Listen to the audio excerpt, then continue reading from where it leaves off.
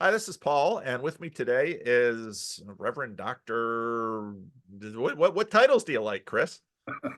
Oh, I don't think I like any of them because what they communicate is responsibility.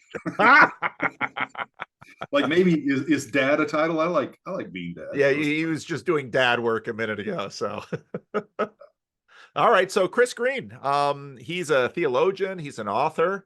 Nate has been working hard to bring him into the conversations in this space. And in September, I'll put a link below to, as Grim Grizz calls, the Northwestuary meeting conference, and he'll be there with me and some others, and we'll be talking about. Oh, I'll be talking about ministry online and in person. And Chris is you are well, what's your title in your local church? I'm actually the bishop. Just recently was designated bishop of our diocese. So I'm both pastoring a local church here in Chattanooga, a church we're planting that's a part of our diocese, and overseeing a number of churches. We're a charismatic Anglican diocese in a Anglican communion similar to ACNA and EMEA. It's called the CEEC. A number of smaller communions like that, a part of the continuing Anglican movement. And so I've been living and moving in that world for a little over a decade now, and just recently, kind of quite by surprise, moved into that role, overseeing role. All right, so we'll get there, I'm sure. But as usual, tell me a little bit about the home you grew up in. Mm. Yeah, so I grew up in rural Oklahoma, working class, sweaty Pentecostalism. So my grandmother, my great grandmother, my mom's grandmother, had started a church, kind of rural, non-denominational Pentecostal holiness church there, not far from where my parents had been born and met. In fact, the house I was born in was a half a mile away from the house my grandfather had been born in. Hmm. And so I grew up in a world where, I mean, it was very small in every sense of the word. How did your people were you I mean, how early did your people get out there in terms of American history, or were they latecomers?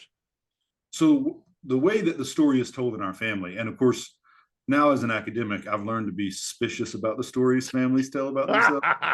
But they're fun. They are fun. So the story we tell is that my mom's father, so my grandfather, his grandfather, sometime after the Civil War, was a Methodist preacher who got into some kind of trouble, and we don't quite know what the trouble was, but you can read between the lines, and fled to Oklahoma Territory and made a living here. So the way we've told the story is, at least for that many generations, the Mayo family was making its way, right, in this area that I grew up in, central Oklahoma. And my parents met at the high school there, which is like 2 miles from my house. And then my father was in Vietnam, came home, joined the police force, married my mom, joined the police force, and then they were married for a few days essentially, and got a divorce. I mean, Oh, um, he wasn't prepared, and yeah. maybe she wasn't either. I don't know. I wasn't there to witness it, but again, the way the family tells the story, they were not ready for that. They were only married for a short time, divorced. They were divorced for 5 years, remarried. And again, the story is my mom just calls my dad out of the blue and says, "Hey, you want to try this again?" And he says, "Sure." And so they remarry, and I'm born shortly after that. So, it's both my mom and dad's side of the family are from that same kind of place, Oklahoma, rural life, working class life. After the police force, my dad was a mechanic until he retired. And so that's the world that I grew up in. Very churched, very hardworking, middle America, working class folk. I mean, that's what I knew. And the the first churches I attended were a part of what was called the Free Holiness denomination, which is ironic because there was nothing free or holy about these churches. I'm not sure they were even rightly called churches, but they certainly were not free, and they certainly were not about holiness. But that that's how they understood themselves. Mm. And it was a suffocatingly small, intense environment.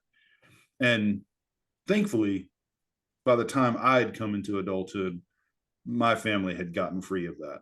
And it didn't do as much damage as it might have done to us, but it was, yeah, I've got all kinds of stories. Well, talk to me. It's suffocatingly small, intense. You're just not gonna let these things pass by. Map that out for me. Okay, so some of it is just how much we went to church, right? So we went Sunday morning, of course, Sunday night, but we also had Wednesday night Bible study and then Saturday night church. And once a month we had Friday night youth service, which was differed in no way from any other service, right? Except that it was called youth service. And then we had regular revivals, and revivals were continuous meetings of at least 2 weeks. Plus through the summer we had camps. And when we went to church, we went for hours at a time. I mean, it was a blood sport, church was for us. Yeah. And, these were loud, as I said, sweaty Pentecostals, noisy, anything might happen. One of my earliest memories is it's a Saturday night service, and every adult in the room, at least as I remember it, every adult in the room is dancing, speaking in tongues, slain in the spirit. And one woman is running around the room screaming, "He's coming tonight," talking about the rapture. And I'm coiled up in the fetal position underneath the pew because I'm taking her at her word, right? I mean, why would I doubt that this is happening? So it was it was the Wild West. I mean, all the time. Yeah. I have memories of picking up hairpins from the ladies. The women didn't cut their hair or wear makeup. They didn't wear pants or jewelry. Yeah. And so I have memories of going around after service and picking up hairpins and returning them to my grandmother, so she could put her hair back together into the beehive. Yeah. So it was lots of preaching about hell. I mean, I've heard hundreds, maybe thousands of sermons about hell, lots of preaching about the dangers of the world, smoking and drinking and movies, and tattoos. Yeah. I see them. Such marks of wickedness. So it was, of course, was and remained close to my family, but the environment itself was really toxic on top of being intense in those ways. So not all of those churches, of course, are also toxic, even if right. How was it toxic? Well, relationally, I think, so the church, it was a small rural church, right? That when my great grandmother had been part of starting it, it really didn't have that DNA. And for a long time, the pastor who was there was a gentle man, a sweet man. It's just a rural church that is essentially a part of the broader evangelical movement. They weren't a part of a denomination, but it would have been recognizable as a church where the Bible is read and people preach and pray. It wasn't rabidly anything, Right. It was a kind of neutral, no, maybe neutral is not the right word, but it was a relatively tame space. But over time, it became like, when that pastor retired or stepped away, the pastors that replaced him kind of were more and more radical and in that holiness Pentecostal spirituality, so that by the time I was a little kid, it was fully caught up in that free holiness movement. That it was marked by kind of rivalry for who could be holier than everyone else, So it was there was such intense fear around, of course, the rapture, but also any kind of sin, any kind of being corrupted by the world. And so for a kid like me, who was sensitive and bright, I took it all seriously. Sure, of course. And that did its own kind of, it had its own kind of effect on me. But then in the middle of all that, there also were interpersonal conflicts. The church was going through a split, and that's what made it, above and beyond all the theological and spiritual issues that were there, it just became relationally inhospitable, right? Where people were harming each other in all kinds of ways. So it was a really, by the time I was in high school and ready to go to Bible school, it had become a really unhealthy place on top of, all the other issues it might have had. two thoughts that come to me. You asked me a little bit about my story. When I was a missionary in the Dominican Republic, some of the churches that I worked with, I didn't pastor a church, I worked with pastors. I remember one church that was completely inaccessible by road. You either have to hike up a mountain, or once they tried to put me on a mule up a mountain. I'm not being proficient with mules, that didn't go well. But I remember that little community. There's just, a couple hundred people living on top of a mountain. There's coffee plantations and stuff. And besides what passed for houses for people, there were two other buildings in the community, and one was a bar and one was the church. And so, for most people, there's no electricity. Battery radio is about the best you're going to do for any kind of media. And so for most people in the town, there are two options. Either you go to church every night for 3 or 4 hours, or you go to the bar and you drink and you do all of that. And, people would say, they kind of go back and forth sometimes. Some are always one and some are always the other. And there's other people going back and forth. Migrating, yes. So, isolation, produces some of those things. The other thing I thought of is, boy, at some point it'd be really fun to have you sit down and compare notes with John Vervaeke, who grew up in Canada. He's never gone into a lot of detail, but it sounds in some ways similar. He's coming back tonight, and obviously you're a child, and you're taught to respect your elders and believe the saints that are among you in church, and you're getting your signals from them, and probably everybody else is filtering that through a whole bunch of other things about, well, she's saying that, but you know what? I got an oil change planned for tomorrow, and I'm going to be there. Yes. So very, very interesting. Well, so then how did this form your Christianity at an early age? And that's obviously going to impact as you develop, and we'll hear, now you've got tattoos and you're a bishop. So obviously a charismatic Anglican, which a lot of people are going to hear that and say, what? Obviously you've set the story up well here. Well, sure. Yeah. I mean, it tells you how I ended up in a place where, I don't belong quite anywhere, right?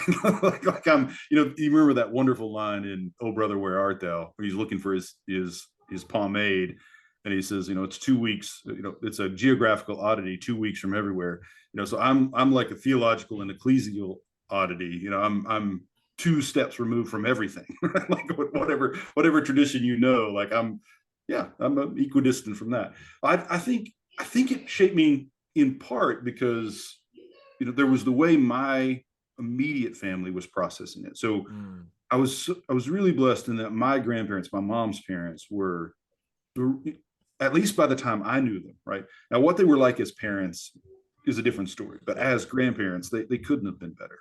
And they were godly and wise. They were everything I needed them to be in an environment like that, right? And even though they were a part of it, there was a sincerity, a purity to their faith and spirituality that kept the larger nonsense and the larger toxicity, I think, from doing real damage to me. It marked me, of course, but it would have been an entirely different story, I think, without their groundedness and wisdom, gentleness. My grandfather is the one who taught me to pray. I mean, he was a man who couldn't talk about God without crying. Yeah.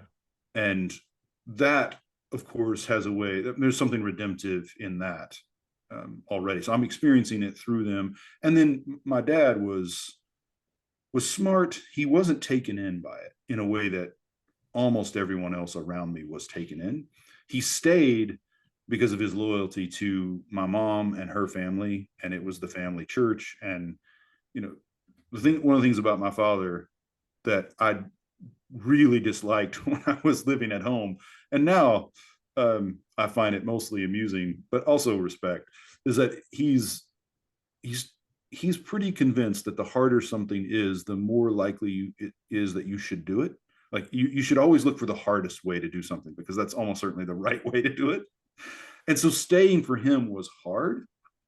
He wasn't really taken in by all the rhetoric, but it was what you did, because this is where the family went, and you sucked it up and you dealt with it. And yeah, he and I have talked a lot over the years since then. I think there are ways in which at times, I don't know if regret is the right word, but there are times in which he has a sense of what that cost all of us for him to make that choice.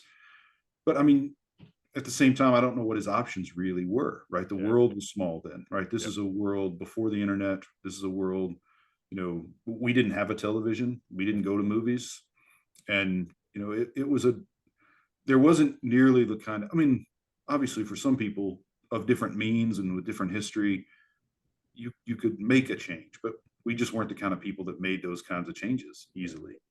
So I think some of that marked me most deeply. Like the good of that immediate care was truer and deeper than the absurdities and the ugliness of that setting. But I do think it awoke in me this awareness of those contradictions. I think one of the things that sensitized my mind and heart to very early on is that nothing is exactly what it seems and things are complex, right? There's a lot going on at the same time, and often in ways that cut across, cross currents and kind of counterpuntal movements. I think early on, I had a keen sense of that because I was living it. I was living ways in which I had a real sense of God's nearness. And sometimes that was sweet and seemed precious. And then other times it was terrifying. My earliest nightmares were nightmares about the rapture, nightmares about the end of the world. And I feared hell, but I feared God more than hell. And yet I also, even as a child, had experiences that were really sweet. And I had some sense of this is good and true and beautiful. And I think if I'm reflecting on my work now as a theologian, I think in some ways it was born out of that awareness of those contradictions and the tensions that were there. Remind me of, so my father was a Christian Reformed minister. He passed away in 2013, and I don't remember why it was, but I went back and I read his, I have his computer files because I always had to maintain his computer. And I read the eulogy he gave for his father, who was also a Christian Reformed minister. And in that eulogy, there was this beautiful story of when he was a child, he remembered a dream that he had of the Lord was coming back. This was a Christian Reformed church out on the prairies, probably Iowa or Minnesota, someplace. And the Lord was a large man, and he was returning, and in the imagination of my father, if he was going to return, it would be important that he stopped by, Hiram and Grace to let them know first that he was coming back. He's on his way. Yes, that's right. He was on his way. And I thought, to me, that was just such an interesting story in terms of a child's picture of these things. Those, obviously, rapture, second coming, eschatology, parousia, this is stuff so formative in the imagination of a child, that this apocalyptic vision of when the world is going to end, and then how do you process this as a child? And I was more afraid of the Lord than, that's just such an interesting thing, especially comparing it to my father as a child, recollecting that in many ways, the Lord who stopped by Hiram and Grace to let them know that it was right around the bend here, and he just stopped in to let them know first. Just says a lot about sort of the deep formation that a church context has in children, and even the differences. Were you a dutiful son or a rebellious son? Oh, I'd love to hear what my parents would say about that. I think of myself and thought of myself as very dutiful. I don't. There were moments of conflict with my father, of course, but I didn't get into stuff. In part because I was unimaginative, and that's hard to believe given who you are today. And in part because there was. I do think that the experience did leave me deeply intimidated, deeply afraid. And there was that was a long process of recovery from that kind of fear. And so, yeah, it was all of my life, I had a very keen sense of calling to ministry, felt close to the church and to God, and yet also afraid of it. Again, that's the tension, the contradiction that I've been naming. So I think, my sins were almost always met with even greater guilt. Like I was certainly not a sinless kid, but I felt my sins deeply. I cried out in fear of being abandoned by God and everyone else. I mean, it was such it's funny, and it is funny, but I mean, of course, as I was living it, it wasn't. It was deadly serious. I mean, it felt. I felt constantly threatened in that way. My PhD work was on the sacraments in Pentecostal tradition, which maybe we'll get into that story at some point. But I laughed with people that, now here I am, an Anglican presiding at communion virtually every week, a theologian who's written quite a bit at this point about Eucharist and given most of my adult life to studying it and talking about it. But growing up, we had communion once a year at our watch night service. And the watch night service was December 31st. We would go to church at 7, and then we would have church until past midnight that night. So it was hours and hours of preaching and singing. And in the middle of that service, we would do foot washing and communion. And I still have incredible memories of the sound of the panty. So in the church building where we were, the women would go to one side and wash feet, and the men would go to the other side, and girls and boys, following suit. And I can still hear the sound of like pantyhose coming off across the room because they're washing feet over there, and feel the energy in the room around that. And then we would have communion, and communion was unbelievably threatening because at least the way whatever they were saying, what I heard was 1 Corinthians 11, if you partake unworthily, you're going to be sick and perhaps die. And I was a bright enough kid, I could do the math. So you're telling me that like it was purely memorialistic in terms of grace. Yeah. Like there's nothing to gain other than to be reminded of what Jesus did for you. But there's everything to lose if you take it with sin in your life. Yeah. And so I didn't take it. Why would I? Like, I don't, there's nothing to gain and there's everything to lose. And then it was also a Pentecostal church where everyone was expected to receive the baptism of the Holy Ghost with the evidence of speaking in tongues. But again, in my head, whatever they told me, what I heard was if you are baptized in the Spirit and you speak in tongues, and then you sin in some gross way, sexually, that's blasphemy of the Spirit, and there's no forgiveness for that. So again, I could do the math as a kid. Like I'm not going to receive that and then be a teenager. I'm sure I'm going to end up committing some kind of sin of the flesh at some point in my teenage years. And I don't want to go to hell for it.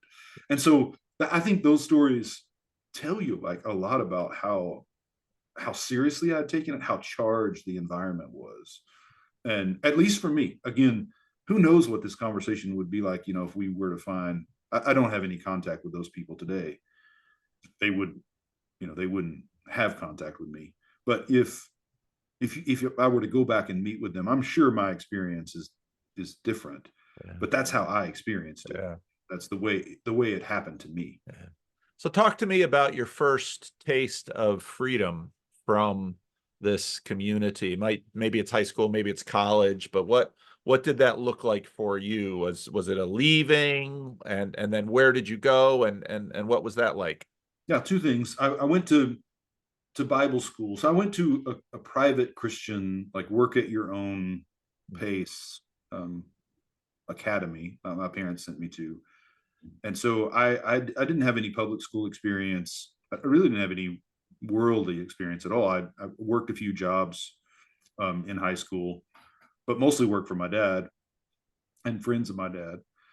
And so it wasn't until Bible school, and it was a small Pentecostal Bible school, maybe 150 students or something like that. But it might as well have been, Manhattan for me. I mean, it was culture shock was absolutely stunning. Wow.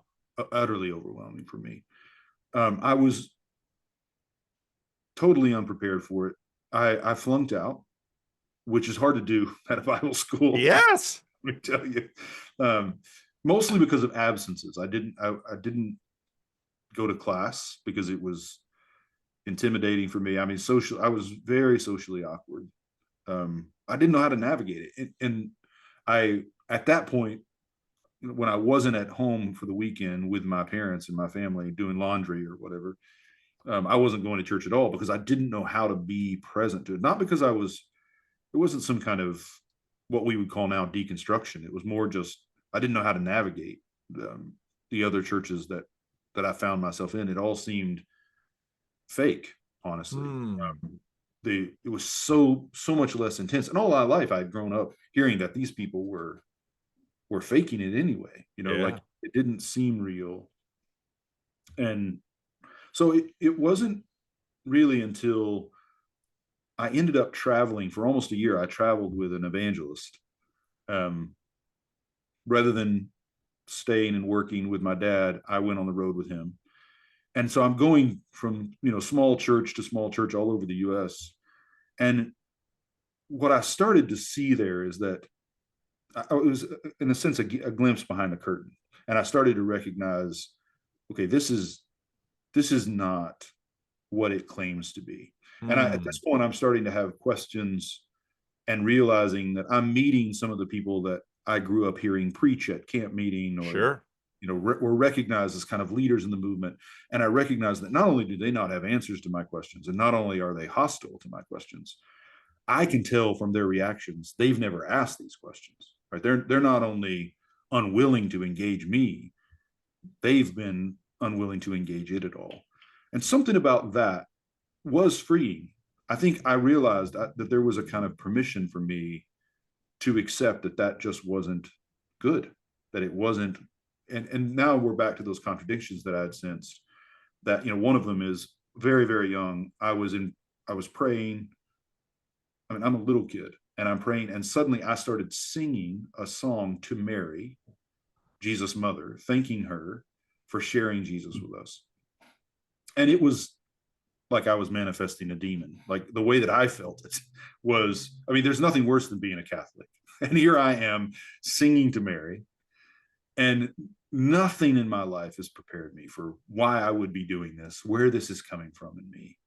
And yet I'm also sensing, while it's happening, that there's a beauty and a goodness to this. Huh. And I didn't have language for it, but I felt it. Yeah. And what was happening to me as I was traveling that evangelist, in part, was it was slowly dawning on me, there isn't truth and goodness and beauty here. Yeah. That's what I'm meeting, is a kind of hollowness and an emptiness. Huh. And of course, I wouldn't have used that language at the time, but it was beginning to dawn on me. And when I went back, so after that, it was not quite a full year, but about a year and a half went by when I went back to Bible school, because I realized I'm not good at anything. Like I have no skills. Like I have no future in this world at all. What I have are questions, and I love to read. And I ended up in a class we were reading. It was called Fantasy Fiction, and we were reading C.S. Lewis, George MacDonald, Tolkien, Dr. Seuss, like a whole range, G.K. Chesterton. And one evening I picked up, I think we were supposed to discuss George MacDonald's Lilith the next day. So I picked up the book to read it before class the next day. I read the whole book in one setting. And I recognized in that book what I had occasionally brushed up against throughout my life. Like that's the goodness that I've been sensing. This is pointing me in the right direction. And I think I never really recovered from that reading. That MacDonald led me to Lewis. Usually it works the other way. Yeah. I read MacDonald really before I read Lewis, and read MacDonald, read my way into Lewis, then Chesterton, kind of working with those figures, and from there on to everything they were suggesting. And by the time I was a senior in Bible school, I think I'd kind of figured out, like, for better or worse, this is who I am. These are the things that matter to me. So what'd you do after Bible school? First thing I did was traveled and spoke. So I got married almost immediately. And for a little more than a year, I just went from camp and church to church speaking, and mostly still in that Pentecostal holiness world, not the one I had grown up in, but a kind of larger version of that. And then I realized that I wanted to teach. So I started a master's degree, did a couple of master's degrees, did a doctorate of ministry first while I was pastoring a church, and then did the PhD. And so I was teaching adjunct, pastoring a church, speaking, as well as taking in Pentecostal circles. Yeah. So the broader kind of Pentecostal world at that point. So past, multiple denominations, different places around the U.S. And so the world was getting bigger for me. Yeah. But I was starting to read more and more seriously. But it was all as I figured it out on my own. I would have a good teacher here or a good teacher there, take a good class here, and slowly just started to make those connections. And by this point, there is an internet. So I'm able to email different people or arrange for meetings or go to conferences. And so a bit by bit, my world grew. I think it was probably teaching at ORU. I'm pastoring a church. I'm teaching at Oral Roberts University. Yeah. Teaching there, teaching theology there. I've just finished the doctorate of ministry. I think that's when I came into my own as a theologian. I mean, I started to realize like at least when I say came into my own, I mean, I kind of found my voice, found the things that were going to hold my attention and that I could talk about with any kind of interest or authority. And that's what set me up to do the PhD. And what I found in the PhD work that started the reintegration of my life. So one way of thinking about, like, I think the first half of my life really was a coming apart. Like it was really, really tightly compressed. And then there's a kind of an atomic explosion for me, like the atom is split and I'm scattered in 1,000 directions. And it was when I was doing PhD work on the history of sacraments in Pentecostal tradition that I started to realize that the Pentecostalism I had grown up with was not what the movement had been. That in the late 1800s, early 1900s, we're talking about a Wesleyan movement. So it's deeply marked by Anglican sacramentality and spirituality. And that had itself come undone over time under the pressures of fundamentalism in Middle America. Like that had undone it. But what I'm finding in the history is there was a theological and spiritual depth and vitality to the movement that was unrecognizable. Yeah. Given what I had experienced as a kid, or at least almost unrecognizable. There were glimpses, there were moments, right, where, and suddenly I saw, oh, this is what the tradition had been. And that makes sense to me. Like that's in my bones somehow. Martin Shaw, what he says about bone memory, like somehow that Anglican sacramentality and mysticism is in my bones, even though most of what I knew as a kid seemed wildly opposed to that. It wasn't entirely, and somehow that still got to me. And it's that at that point, I think, so here we're talking about 2009, 2010, that I started to come together again and felt like there was a healing and reintegration starting to happen. Where did you get your PhD? So I studied, I was teaching at ORU. They came to me and said, listen, if you'll do a PhD while you're teaching, we will put you in a tenure track position. They love my work. They wanted me to stay there. So I looked at a few UK programs. I ended up doing the one at Bangor University, which is a Center for Pentecostal Theology. So Walter Hohenweger, who had been the first to really study Pentecostalism academically, he ended up later in his career establishing centers for Pentecostal theology at several places in the UK, including Birmingham, and University of Wales was started by one of his students, a center there. So I ended up studying there, and that allowed me doing seminars there to continue to pastor the church I was pastoring and teach at ORU while I was working on the PhD. So What kind of church were you pastoring? at the time, it was a non-denominational church, and it was almost entirely made up of refugees from the Pentecostalism that I had known. So there were a lot of us my age, maybe a little older, a little younger, who were, you know, at the edge, forced there or not, they were at the edge of the Pentecostalism that I had known, not just as a kid, but even, you know, in Bible school. Like there were quite a few of us. If Pentecostalism is a big tent tradition, there are a lot of people who end up at the edge of the tent, and those were the people in the church that I was pastoring. Boy, there's so many interesting ways to take this right now.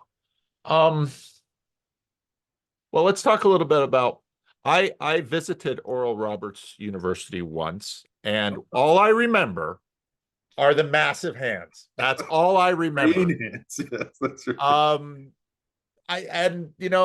This was a trip. I think I was going down to hike in the Sonoran Forest down in Arizona. But what you talking about it, I sort of think, when I think about Oral Roberts University, I sort of think about, so Bethel Redding is about 2 hours north of Sacramento, and they have their School of Miracles and everything. I sort of think of Bethel Redding 1973.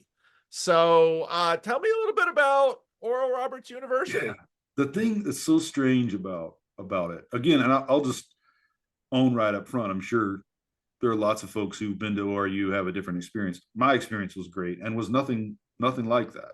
I mean, it was I think part of the issue is by the time, so Oral Roberts himself is a fascinating figure who had multiple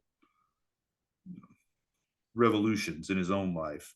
I mean, for a long time, well, for some time, ORU was a Methodist seminary, and it was not while I was there, but previously, and it had been a center for liturgical renewal, and was a deeply ecumenical place. Like one of the things that surprised me about it and delighted me was that even though it was charismatic, I had professors and then colleagues from Roman Catholic, Orthodox, Pentecostal, Baptist, largely Wesleyan, Methodist. I mean, every tradition you can name, there was someone on faculty who would, because of the larger charismatic movement, which was massive, as you know. Yes, yeah. Like there were so many people that had gathered there. Academics who found a home at ORU to do their work as academics and to live as charismatics in the space with people of other traditions. It was astonishingly rich time for me. I was in the doctorate of ministry program, was a good experience, not great, but teaching there was an absolute delight. I mean, my students were great, my colleagues were great, my administrators were great, and it was a place for me to really flourish. And I think that's so much of my life up to that point. I'd been cut, there had been a lot of conflict. I'd been working really hard, swimming hard against the tides all the time. ORU was a place where I could kind of I could do what I wanted to do, and I didn't have to be afraid of, I taught through Calvin's Institutes in a class there to undergraduates. I taught Robert Jensen's systematic theology. I taught Dietrich Bonhoeffer's ethics in an ethics class. Whatever I was interested in, they gave me room to do it. And I had colleagues who would support me in it and mentor me. And it was a great experience for me. And it was not at all like what you would expect looking at it from the outside, right? The Oral Roberts ministry was an entirely different world from the academic life of the university. Wow. No, my part of my problem is I'm so freaking ADHD and so high in openness. I get interested in something that's like, well, I'm gonna have to. I had no idea of any of this, so this is really, really good. This kind of thing really turns me on. Well, let's talk about. Oh, it's just so interesting because okay, so we started this conversation, and I was thinking about Mark Knoll. You know who Mark Knoll is. Yeah, sure. Christian Reform, member of the Christian Reformed Church, Notre Dame, all that, those exiles of, you know, I have no idea what's going on there in Notre Dame, all the Protestants they recruit. But so he's got this little paper that he had written on BioLogos a while ago, and I made sure I downloaded it and squirreled it away because things on the internet go away. He was talking about the fact that part of what happens in America in the formation of the churches that you described, and I love how you sort of, it's a whole very interesting conversation how a church, let's say, goes from, you've got a group of fairly isolated people, and there's a desire to have a church. It's a desire to follow Christ. All they really sort of have is the Bible and a few other shreds of this or that, and off they go. But then over time, sometimes other things come in and sort of Absolutely. harden and twist and intensify, and so you have to ask these questions about, okay, what there's, sometimes you need intensification, sometimes you need loosening, and figuring out that dance to sort of keep the place healthy and good. And then of course, obviously, part of what Mark Knoll's thesis is that with American expansion, the British, when they were still in charge, when the colonial period, they're trying to keep Americans from sneaking over the Appalachians and basically taking Indian territory. And I mean, that's basically the story until you hit the Pacific Ocean. That's, well, I guess we got to stop now. And so then you get all of these little isolated pockets, and of course, storied are the Methodist circuit riders that would go around. And part of what, over the last 5 years of doing the crazy things that I've been doing on the internet, you begin to realize is that we can use computer metaphor. There's deep code that you wouldn't expect to find, Yes. Or you wouldn't expect to necessarily be active. Yes. And especially when you have a frontier area where about all they can agree on is the Bible. That's all they've got to go with. There seems to be very little other code than just the Bible itself. In fact, many of these places sort of say only the Bible, no creeds. We're going to turn our back on all of that stuff. But so then, of course, you have the Azusa Street Revival in California, beginning of the 20th century. Of course, you had Great Awakenings. You had very interesting things in the burned over district. And at least, where it begins to intersect your story, you're born into that one of these tiny little shallow ponds that has, and by the time you sort of break out, it's like you're beginning to discover the code that was way, way down there. And listening to your story about communion fascinates me because, again, in the Dominican Republic, I mean, some of that code, of course, gets into the Caribbean. The Caribbean has crazy history in terms of things moving in and out. I'm working with these churches mostly who have sort of crossed over the border from Haiti, and we would often do communion when I was there because when the missionary showed up, it was a very big deal. Yeah. And a lot of our communion services were, you'd have just the holiest of the saints that were in church, and those who have managed to duck temporary discipline, because if you kind of cross the pastor, you could have 3 months of discipline, and that there's no meeting involved. It's just 3 months of discipline. And we would always do the foot washing. And for me as a missionary, because I was the most exalted person, this kid right out of seminary, they would give me the feet of these cane workers and coffee pickers. And, I had never touched pancake feet like this. They were just broad and wide, or arches are completely gone. They never wear shoes. And I'm to wash them. And I found that one of the most moving, enduring memories of my missionary service, because you've got these poor Haitians who, very little education, and you get these baby bumpers that somehow got passed down, and they're serving as kneeling pads, and we're all in this little circle, about 6 or 8 of us who are sufficiently holy to actually have communion, and the other 40, 50 people are just watching us do it. And but yet there's all this code underneath. And so when you describe this communion service, this is so interesting and so wild that I can very much understand how you would wind up talking about sacraments in Yeah. that tradition. Yeah. So talk to me about this. Yeah. I'm So just completely fascinated by this now. there's so many examples of this that have, dawned on me over the years. I remember the first time I was in a Eucharistic adoration service. So it's, high Anglican and of course, not all Anglican churches even do adoration, right? It's a little bit out there from many high church Englands, but I was in that setting, and we're probably 20-30 minutes in it, and I realized that I feel like I felt as a little kid in these moments at this little rural Pentecostal free holiness church where we would wait on the Lord. And I like the code was the same, right? And of course now I would say historically what happened with if we go back to Wesley, for example, right? And the ways in which Wesley, of course, is working with that code and knows he is, but he understands what he's working with. When he's initiating that process with Coke and Asbury, that will become the Methodist Church and become the Wesleyan Methodist movement in America.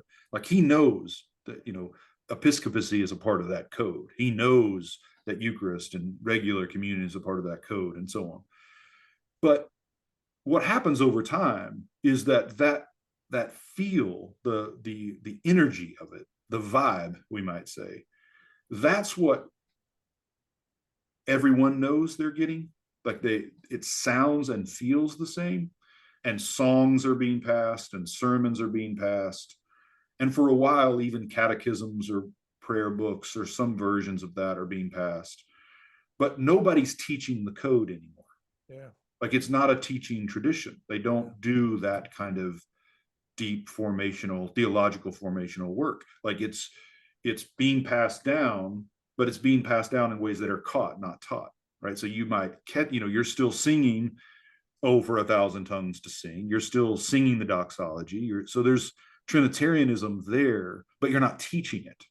You don't have, and for a very long time, there's still an honor for that tradition. There's a respect for it. One of the things that stunned me about the study of early Pentecostalism is how many of those early Pentecostals still knew church fathers, would still reference Augustine or Irenaeus, catch you off guard, or Athanasius, something that would have been unthinkable in my world. Like absolutely unthinkable. That they weren't biblicist in that radical way, many of them. But of course, the reason they weren't is they had been catechized as Methodists. Yeah. Right? They still had prayer books and hymn books. They still had collections of sermons that were being passed down. But what happened was, by the time you get to the mid 1900s in Middle America, that code is no longer being caught in the same way. And I think that it's been flattened, that the spirituality has been flattened under the pressures of political and economic life in Middle America, so that actually other code is now reworking that original code, right? And so we would look at things like Eucharistic adoration or devotion to Mary, love for theology, and all of that seemed absolutely foreign to us. So we couldn't, at that point, we couldn't even recognize, oh, that's something similar to what we're doing. It seemed utterly alien. Yeah. But of course, now looking back on it, I realized, oh, there's nothing in Catholic tradition that wasn't in one way or another in my little Pentecostal church.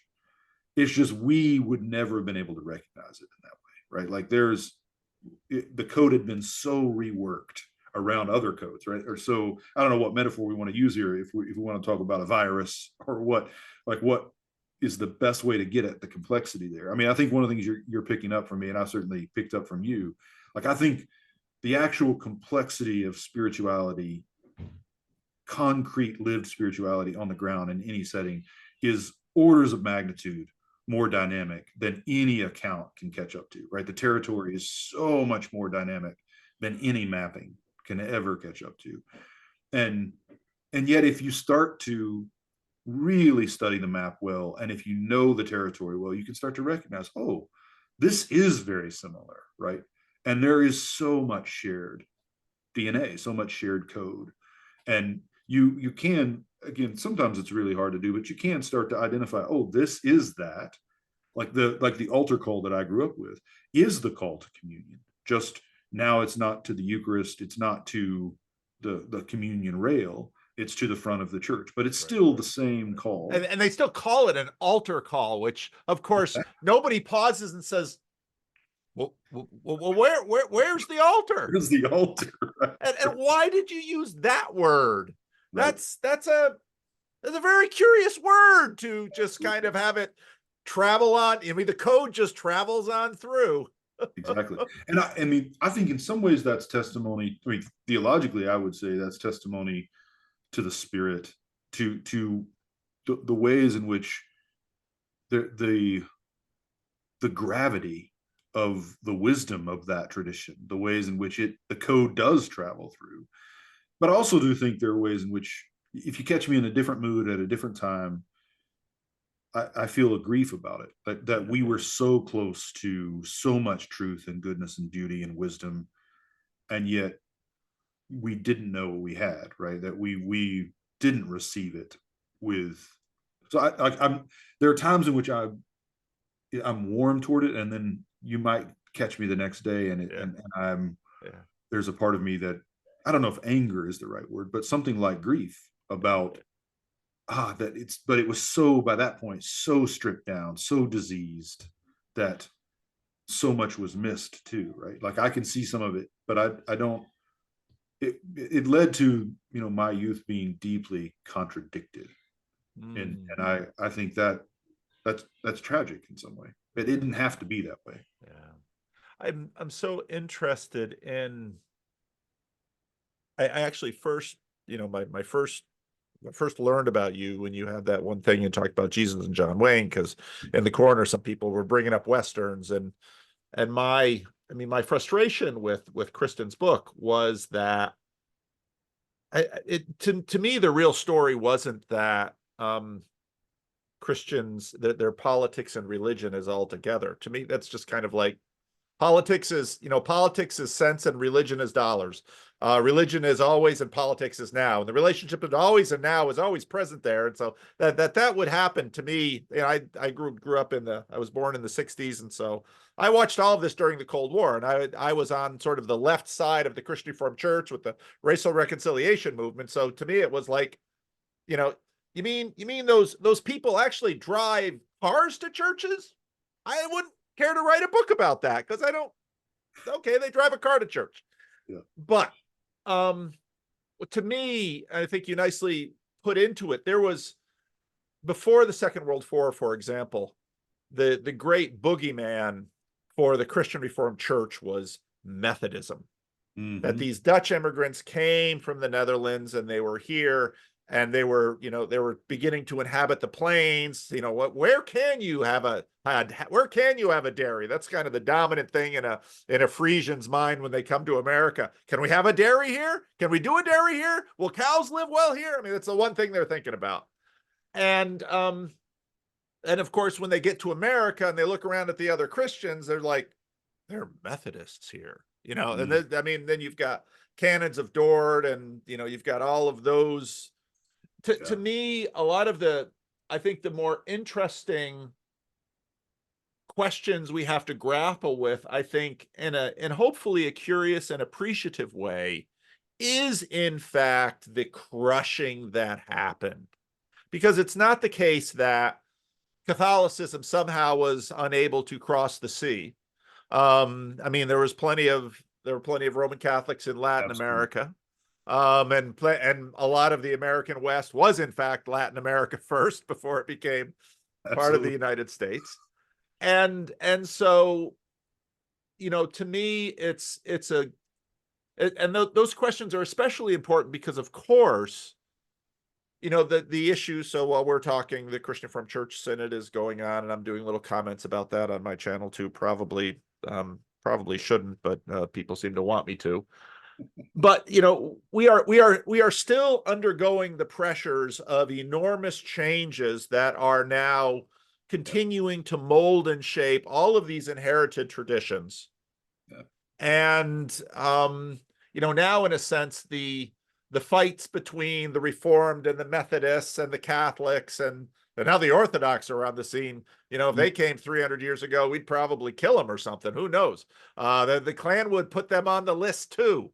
Yeah. Um, and so and so it's when I read something like Tom Holland's thesis, where he basically comes at it the other way around and says, well, all of these groups that have been warring forever, they're just fighting about Christianity, Mm. and even the godless secularist atheists. So there are probably other versions of Christians too out there. And so with your now, boy, coming out of this, having seen, having both a taste for kind of the innocence of, let's say, the first people who started your church, because doggone it, we don't have a lot here. Yeah. But even though we don't have a lot here, let's at least try to have a church as best we can. Yeah. Let's just start there, and then something else comes in and deforms. And when I listen to your story, I hear that you've been on a path to reform that which has been deformed, and to maybe connect this up and say, maybe if you're from that sweaty Pentecostal church on the Oklahoma plain, or you're from some really old building in the UK that is mostly empty, there's a connection here. And if Absolutely. we draw this connection here, we can probably begin to notice other things. And you can draw connections, let's say, between frozen chosen people that when they do have a religious experience, they're certainly not going to talk about it, only to someone that's really safe, promised to never tell, versus someone for whom, boy, if you don't have an experience, you're not even going to be let in the club. So Exactly. Yeah. talk to me about, it seems to me, oh, let's see, I'm rambling too long here, but there was just this, what was it? The three son problem was just a thing on Netflix. I didn't watch it, but I know about it. I read All about right. Well, there's a section in there basically where there's this one planet basically where they figured out the only way for people to survive the devastation of this particular world was they basically desiccate the people. This is like put them in a fruit dryer or something. And then they it. keep them in sort of desiccated form, and then you can add water later and bring the people to life. Rehydrate and That's yeah. right. It seems to me you're in a rehydrating. That's what you're doing. You're Mm. rehydrating, and you're not saying, oh, unless Yeah. you're this kind of Anglican, I'm not ever going to look at you.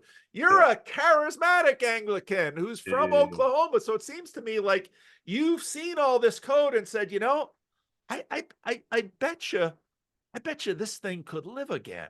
Mm-hmm. Yeah. That's a bizarre, but actually, I think pretty accurate description of not one I expected to hear or have to consider today. But no, I like it. I do think there is something about the, and I don't think it's just an American issue, but I do think there No. is something unique about American life, right? That things get mashed up, right? The codes get kind of intertwined with each other. You get a kind of patois, right, where there's no pure language being spoken by anyone. And if you're going to, I think, talk, listen with integrity, you're going to have to be open to that fact that it's messy and it's interwoven, and you're going to have sensitivities. Well, yes, I hear what you're saying, but actually this is what's going on, or this is closer to what's going on. And I think that some of it is just, do we have the stomach for the sheer complexity of it? Like I think by and large, the people who talk most about these things, even the smart ones, even the educated ones, don't have the stomach for the real complexity of the issues that are at play. And that's where you get there's a lack of wisdom in the way that they're talking about it, right? Because so many of the people that we privilege and this isn't just true academically and ecclesially, this is even true in pop culture. We privilege people who have a knack for simplifying, who have a knack for telling us, well, look for this, this, and this, and that'll help you understand. And I don't think it helps us understand, actually, at least not for very long. There may be heuristic value in the short run, but in the long run, it works against wisdom, because life everywhere for everyone, but in a particular way for those of us who are shaped by Americanized Christianities, it's at least middle class American Christianities. Like, it's going to be orders of magnitude more complex than anybody's account is going to allow for, right? And you just have to be ready. You have to have the stomach for that. You have to have, I think, a readiness to say, you know, if we're going to think about this well, if we're going to do anything like map this territory something like accurately, this is a long-term project, and it's going to take a lot of nuancing and adjusting on the fly, where you say it one way and that is provisionally accepted, but then we find better ways of talking about it. I mean, I think that the project of, you know, you mentioned Vervecki earlier, like what he talks about, the wisdom famine. Like, I think that right at the heart of that wisdom famine is an addiction to simplification and a promotion of people who are good at simplifying.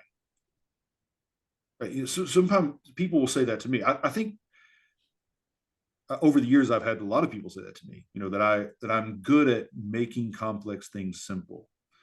And for years, I took that as a compliment, because I heard what they were trying to do is compliment me. Yeah. And then one day it dawned on me, to simplify something that's complex is to have violated it. It's to have made a lie of it. If it's truly complex and I simplify it, I violated it, right? I don't want you to tell me that I'm good at that. Like, I don't want to be good at that. What I want to be good at doing, if I can, is to be good at talking about complexity in ways that are true to that complexity and accessible, you know, that allow the person I'm talking with or people I'm talking with to see what I'm seeing about it. I mean, I want there to be understanding between us, but that understanding can't be bought at the violation of whatever it is we're talking about. And it often is. I think in our circles, in order to connect with each other, we share a simplified format and agree, okay, we're going to work with that way of describing things. But that actually ends up violating our spiritual history, our theological history. And, you know, you mentioned Jesus and John Wayne. That's my reaction to that book. Not that the book's not raising some important issues. Of course it is. Right. But if you accept that account and then decide the people who agree with this account are with us and those who disagree with this account are with them, you're doing violence to everyone's actual experience and to what actually I think is best and worst about American evangelical theology and spirituality. So I like that. This touches everything for me. Like this kind of conversation, it takes time to get there. And it takes, you know, you mentioned being high on openness, right? Like the gift of ADHD. That Paul doesn't list it, but that is absolutely one of the gifts of the Spirit. I thought it was lack of rough and tumble play as a child. That's what God used to get that gift to you. But we've got to have more space for that kind of thing, just to clear the space to actually begin the conversation. So, you know, I think about that in terms of one of the, you know, part of perhaps being a little bit gracious towards our ancestors who deformed a lot, as people do. I'm a Calvinist. People deform things, so you can put that under total depravity. There you go. Is the necessity to survive, you know, and when you think about what it took to live in Oklahoma 150 years ago. I noticed because I pulled up Oral Roberts and just him, not the university, and nationality, Choctaw and American. And when you ponder the fact that, you know, now as more history is being done, we begin to realize that so much of the mythology we had about Great Plains Indians is that they were They were hunting buffalo on horseback for millennia until the Europeans came. And it's like, no, almost everyone that we had these major conflicts with on the plains, they were all dislocated too. You just had people dislocated by enormous forces thrown into each other, having to figure out how to live. You've got racism against Indians, African Americans, Mexicans, various forms of racism between Europeans. I mean, you've got this space of melee and chaos, and everybody's trying one way, not just to survive, but to hope that their kids will survive. And of course, you've got practice of religion as a key survival strategy on top of this, which is also going to be employed. Before we started recording, I was giving you a little bit of introduction to who I am and how I got in this space. Of course, one of the first things that I picked up from Jordan Peterson early on was figuring out how, basically pragmatic, active decision making is this massive compression and reduction engine that says, okay, sometimes in life, you got to make a choice. And part of what, God bless all of the affluence and security and prosperity that all of us have enjoyed over the last, 50, 75 years, prosperity and opportunity often affords more diversity.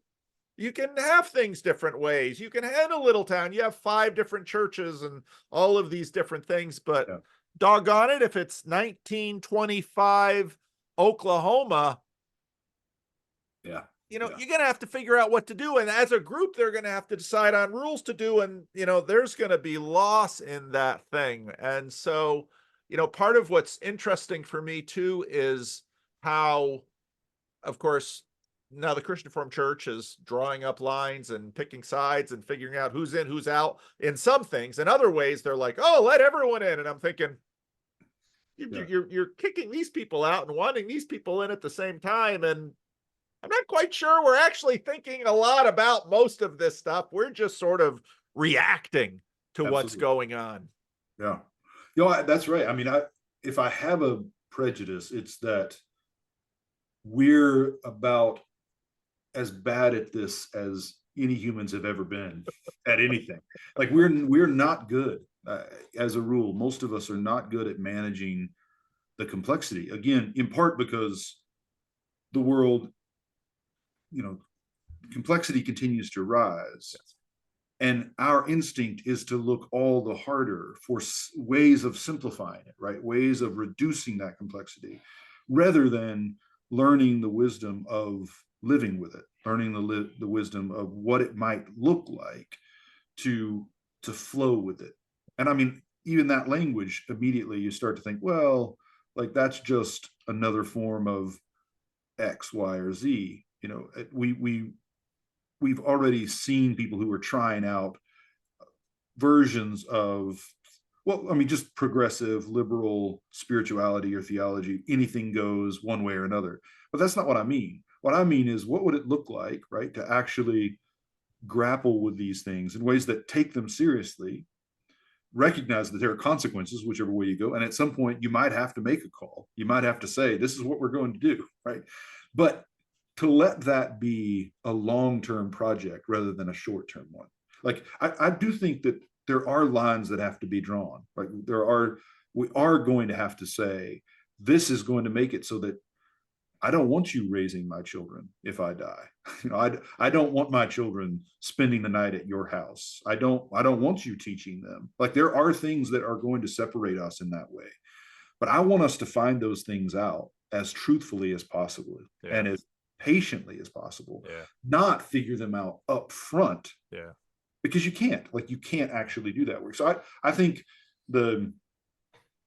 this is what I grieve. What I said before, it doesn't quite make me angry, but does hurt me, that even though I do have a sense of compassion and respect for my forebears, I do think that there came a point at which the drive to succeed in American life, not just to survive, because and this happened, as relatively recently. I mean, I think even with my grandparents' generation, there was still a way in which they were living, they were in touch with the reality of the earth, with the reality of seasons, with the reality of the body, with the reality of history.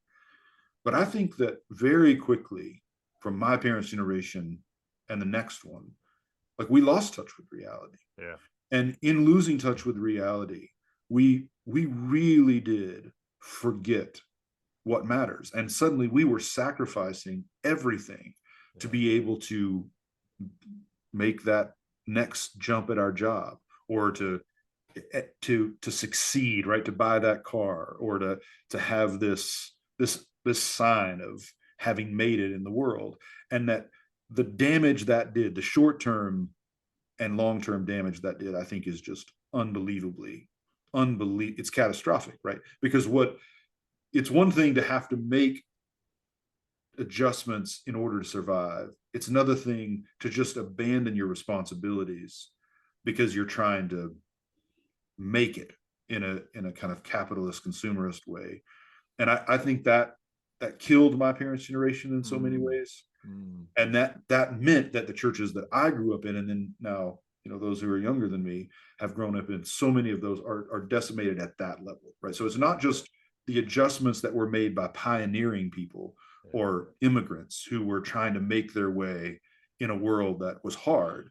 It was cutting away of things that should have been essential and vital in the name of a cushier life, or in some ways that may be too cynical, in a feeling they didn't have any choice but to pay these bills this way, to look for their promotion at the job, right? I think those economic pressures are, and I mean, people may laugh at me here, but I think those were far greater than the political ones in terms of reshaping what happened to the Christianity that I knew. I think it was the demand to pay bills and to succeed at life in that measurable way.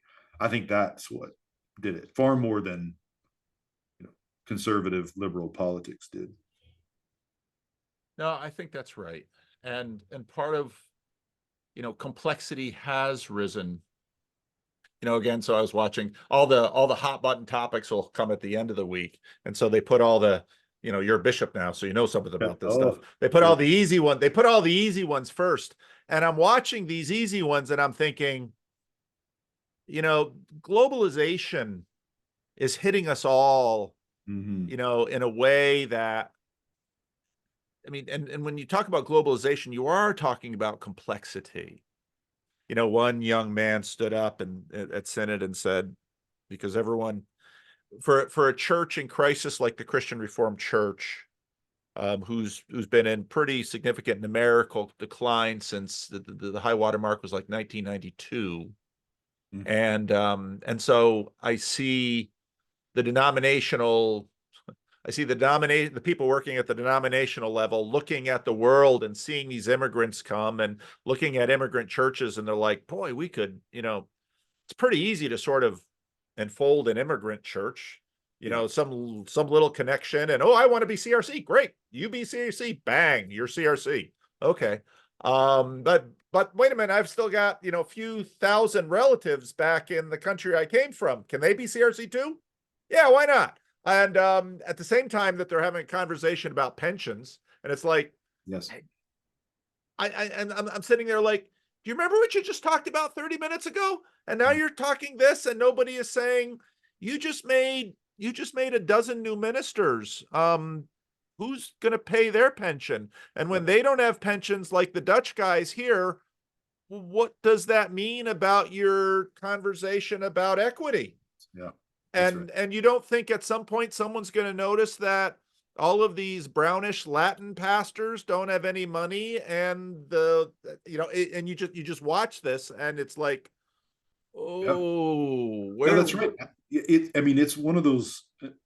I just had a conversation this morning with someone about this. It won't surprise you. It probably won't surprise most of the people who are watching you, but it does surprise me still how many people in ministry now are there not because they are at home, not because theologically that's what they align with most, not because that seems right, but because they don't know how to pay their bills anywhere else. They don't know how to survive in that sense, which again, I'm making this distinction between what my grandparents and those before them had to do to survive, put food on the table, right? Get through the next pregnancy versus pay bills and meet expectations in that kind of social economic world that we all now inhabit. I think that I don't want to say most, but many people I know in ministry who are struggling unbelievably are struggling because they can't figure out what move is possible, given that they have to pay bills. They have to think about their retirement. They have to think about their kids' college. They have to think about et cetera, et cetera, et cetera. And I think with all of the complexity that's at play, that economic pressure that's on people, right, makes it so that when people like you and I start talking about, well, let's honor this complexity. Let's give it time. Let's think carefully. They're like, I don't know, who the hell has time for that? Because we've got to, and who can risk it? Who can risk saying what really needs to be said in order to have that conversation you and I are saying is so necessary, when many of the people to say something like that means they're not going to have a job. Yeah. Or it means at least they're going to have to be fighting with their board or fighting with whoever the mouthiest person in their congregation is because of that. I mean, part of the reason this conversation I had this morning came about is this woman had given a teaching about the love of God and the kind of relentless love of God. It was beautiful, wonderful, but some random dude on the internet has made it his goal to undo her ministry. And he's done, somehow gazillion hours of research about her teaching and who's influenced her and who influenced the people who influenced her. And he's written, like 7 PhDs worth of material that he's emailing out now to all of these churches to say, this is what's really behind this woman's teaching. And of course, that's absurd, but that's the world we live in, right? And the world we live in. The questions are not even, well, theologically, how are we going to address this and who gets to address it? But how do we even begin to address this when she could lose her job over this? Like, she could be removed from her church because of this. Yeah. And then what's that going to mean for her kids? What's that going to, and like, until we here start to make some real decisions about changing that kind of way of living, like, I don't know how much wisdom is possible, like back to that wisdom famine we're living in. Yeah. Like, in order to really change the kinds of conversations we're having about who's in and who's out, and what are we going to do about sexuality and gender, and what are we going to do, fill in the issues, whatever you think it is. Like, there is no way to get to that until we have the time for it, and we have the right people around the table, and we have people who can speak clearly because they're not afraid of what the immediate consequences for their wife and kids or their family is going to be. And I think that's I mean, I believe in a God who does the impossible, but there's no reason to be optimistic about that. Well, and so speak clearly, but to me, we are, because of the printing press and now the internet and YouTube, and I certainly have to claim all of the responsibility I have in terms of adding content to YouTube. I think the real questions are going to be, the living it. What, and not just so often lives of the saints are, I mean, it's interesting how, okay, lives of the saints. Okay. Talk to me about lives of the saints and individualism. Because you're talking about, how this one person did extraordinary things. Look at what St. Francis did. Okay. Everybody loves St. Francis, fine.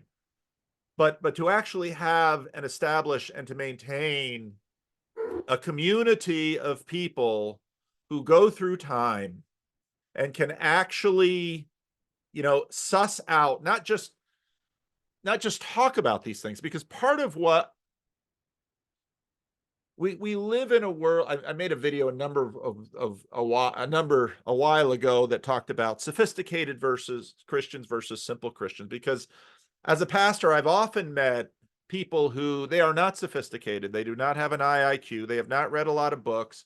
On whole ranges of things, you can find them indistinguishable from whatever religious, spiritual background noise there is in the culture being fed to them through Christian or secular media, yada, yada, yada.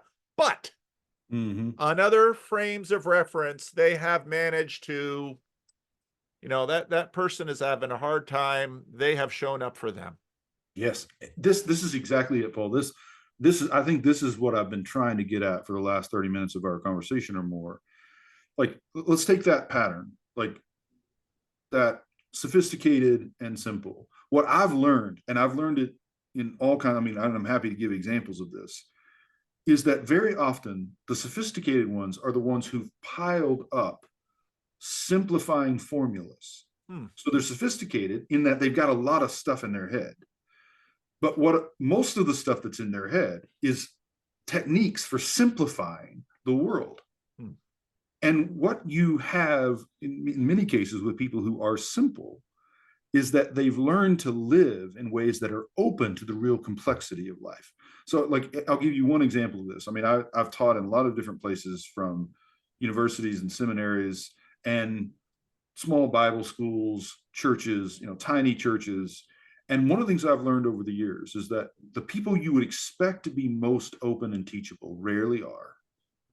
And the people that you would predict would be the hardest to teach and the most likely to argue aren't.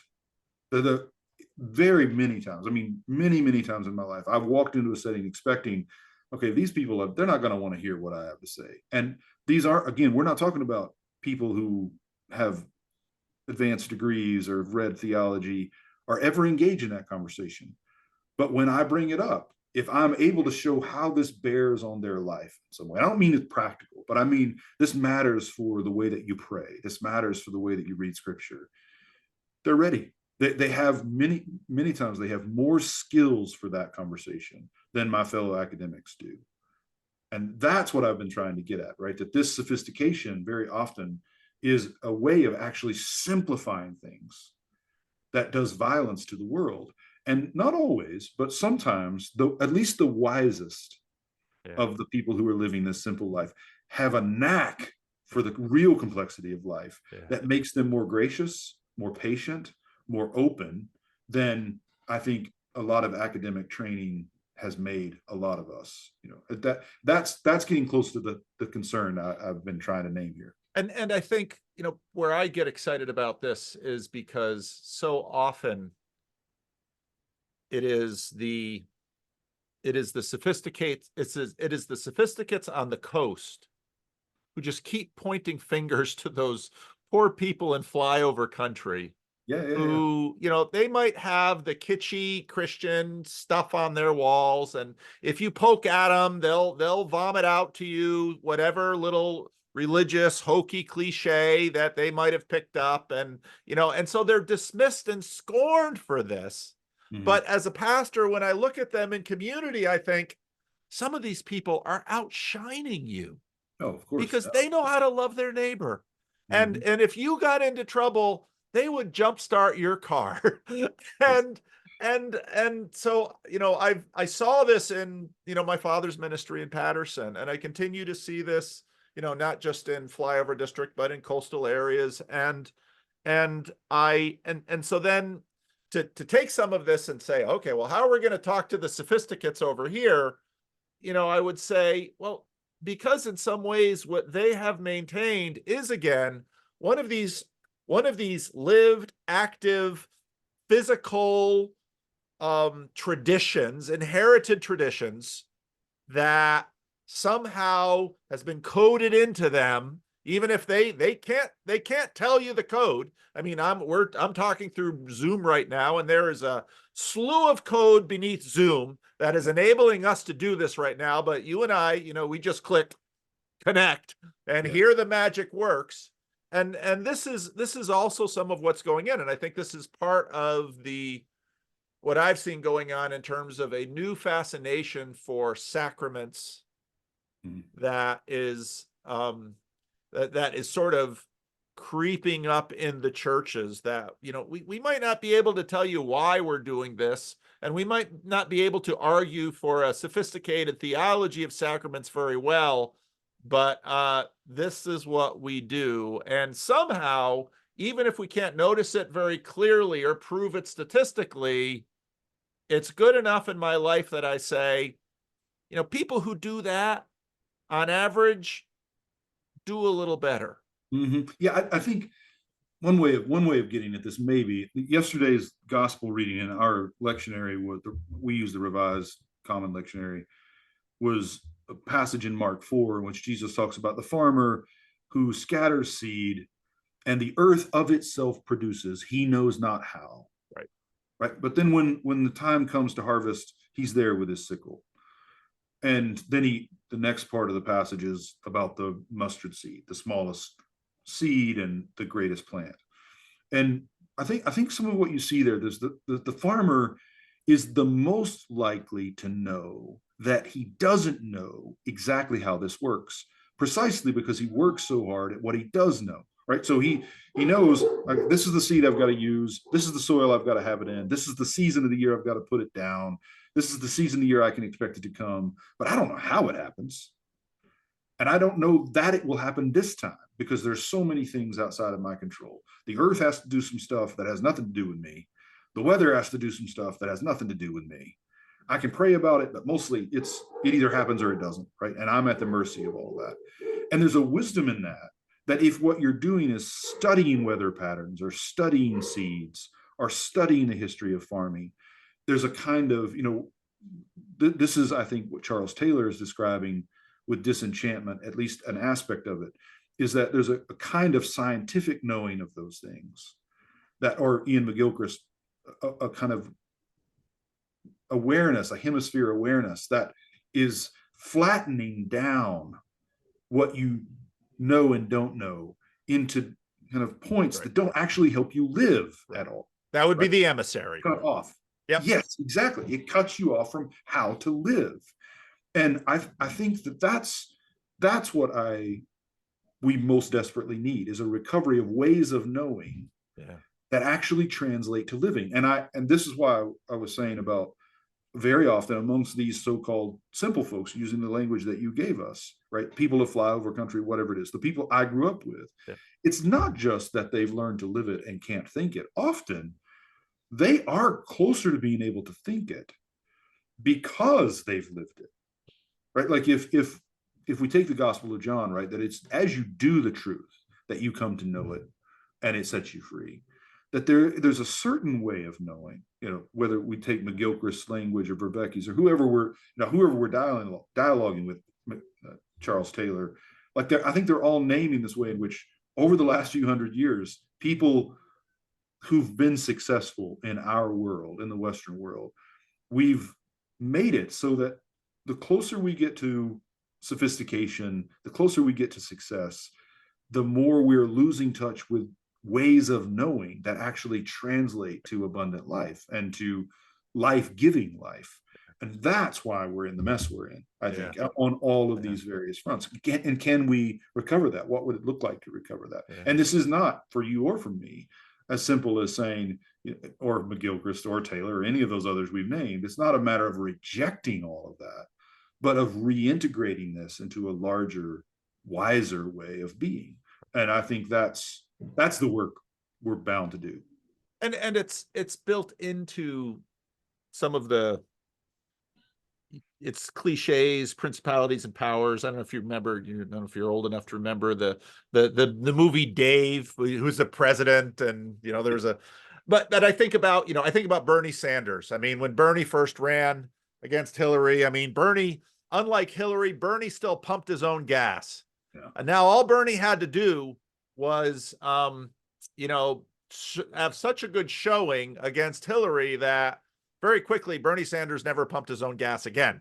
And he bragged about driving this old car, but of course he sold 1 million books, so now he's a wealthy man. And so it's not just the humble of the earth and the little ones that it's God's good pleasure to, it's also the fact that we have if in fact you succeed that and building that better mousetrap, the world will beat a path to your door and ruin you. Yep.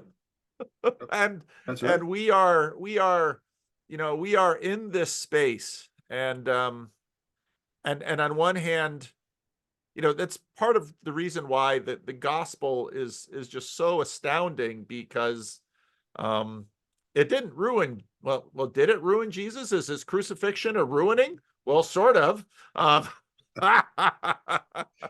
That's somebody's going to just splice that clip of you and me talking. That's all that anybody's going to hear from now on. Like, that's going to be on TikTok. Paul Vanderklay says that the cross ruined Jesus. Yeah. Well, and that's the funny thing, because I often tell people, if you live like him, you'll die like him, and you'll be raised like him. But of course, just like the disciples, Jesus says, well, 3 days I'll rise again. They don't hear that. They just hear about the dying part, and like, I'm out. We got to stop this. Yes. That's exactly. Well, I am super excited about, following this conversation in person, and up in Olympia, Washington. So it's so funny, because Olympia, Washington, the CRC there is pastored by, he was a good friend of mine in college and seminary, and the fact that we could have this crazy whatever else I've gotten myself involved in, actually in the space of this church in Olympia is pretty wild. But I've pestered you for a while. I've got at least another 20 minutes or so. Anything you'd like to ask, or where you'd like to take this, or what No, you'd like I'm to do? looking forward to it. I mean, I like you, I probably err on the side of being too open, but I delight in this. I mean, I really have enjoyed getting to talk with you about it and explore. I mean, I'm constantly learning about my own experience and trying to see it a little more clearly, and to be more grateful, to be more appreciative, without that becoming sentimental, without that becoming nostalgic, in ways that keep me from being truthful. And I think I've been reading Bonhoeffer again, and he's a good. This may be a good place to land. Bonhoeffer, I think, is a cautionary tale for us. So everybody knows his name. Yep. But he's too famous for our own good. In that we think we know him. I mean, and we do know a bit of him. We've got language from him about cheap grace and religionless Christianity, and we know that he was somehow involved in some kind of plot to assassinate Hitler, and yet was somehow also a pacifist or something like that. So we have a sense. Boy, talk about squaring. You can be a pacifist and assassinate Hitler. That's Hitler. Like the best. And what I've always loved, I mean, the first thing I read by him was Cost of Discipleship, as it is for most of us. Yep. And then Life Together. But I remember when I started reading Ethics, I started to see, like, hey, this is not the guy I thought he was, right? And over the years, and now, I've had the privilege now for, I don't know, 15 years or so to teach him, to read through his works, to read people who've read him closely. And you start to realize, like, the Bonhoeffer we think we know, like the Bonhoeffer of the Cost of Discipleship as we know it, or as we talk about it, the Bonhoeffer of the letters and papers that we talk about or think we know, is worlds removed from the man who lived that life and died that death, right? The man, the theologian who actually wrote these things. I mean, there's something like 17 volumes in the collected works. And, he's writing poetry and novels, and as well as his letters and his sermons and his theology. And it's what I most respect about him is this kind of sensitivity to reality, his ability to kind of sense this is something else. And I'll give kind of just one example. I mean, there are lots that are jumping to mind right now, but one of them that speaks so deeply to me. There's a time when he's had to leave Berlin. He's in London for about 2 years, pastoring a couple of churches there. Yep. And he preaches a sermon there of a death of a woman who had been in the congregation forever. And in that sermon, he talks about how death came as a friend for her. Death came as a friend for her. Then he goes back to Germany, is a part of the new seminary, the Finkenwalde Seminary. And while he's there, he's giving lectures to students about what to say at a funeral. And there's a note for his students that you do not want to say that death is a friend, but that Christ is our friend in death. Now, he doesn't, at least in terms of what's written there, he doesn't say, I just made this mistake, right? But you can see him learning, right? You can see him recognizing, okay, that for that woman, there was a way in which she had lived her full life, and death did seem like a friend there. Yeah. But now that I'm standing here and I'm talking to these people, that's not the language we want to use. But we're not just completely reinventing everything. It's just it's a little adjustment. It's Christ is our friend in death.